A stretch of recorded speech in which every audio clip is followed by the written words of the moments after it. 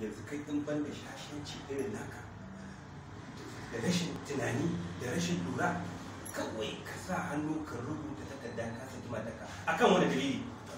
ina da dalili kawo, dalili na mai karfi ne sosai a kai. Ba ka da wani dalili, ba ka da wani dalili. Dalilin ɗinka na banza da wafi? Ku duk abin da Allah ya ce baya so shi kuke so? Kawo yarinyar nan ba wallahi rashin mutuncin da take ni da kaɗai na sani, tun da ka gana haka ni na san me yasa. Rashin mutunci ai daman sa ya saka yi. Duk yarinyar da ta ce iyayenta ba za su faɗa mata gaskiya a rayuwarsu, ta ce ga zaɓin da suke so su yi mata ba, ita ta take kafa ta ce ga wanda take so shi take so, to ko dole ta ga bacin rai, kai ma kuma dole ka ga bacin rai, domin daman can baka tsaya ka nemi yan arziki ba. Kawo muna son junan mu da yarinya. Duk junan banza san junan wafi shashasha mai shashashan wani wuri.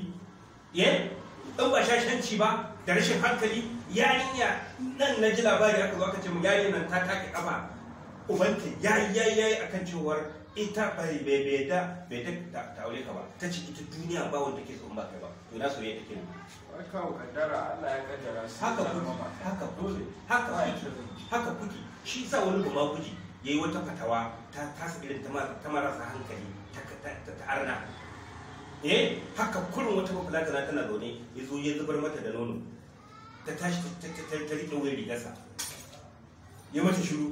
Wannan ya zo ya ce a yi haƙuri, wannan ya zo ya ce a yi haƙuri, wannan ya zo ya suna rigima ya tafi, sai wani ya zo ya ce ko mai haɗa ku ne ta haka ina zaune ya zo zuwa min da nono, kuma na tashi ya ce min wai shi sai mutum ya ce cikin ka yi haƙuri Allah ne kawo, sai kuma wani ya ce ai dama so nake ai dama ku dora mai laifinsa, ma'ana shi ne duk abin da abu mara kyau sai ku ce Allah ne kawo, amma in mai kyau ne ba ku jin gina mara mahaukacin ban zama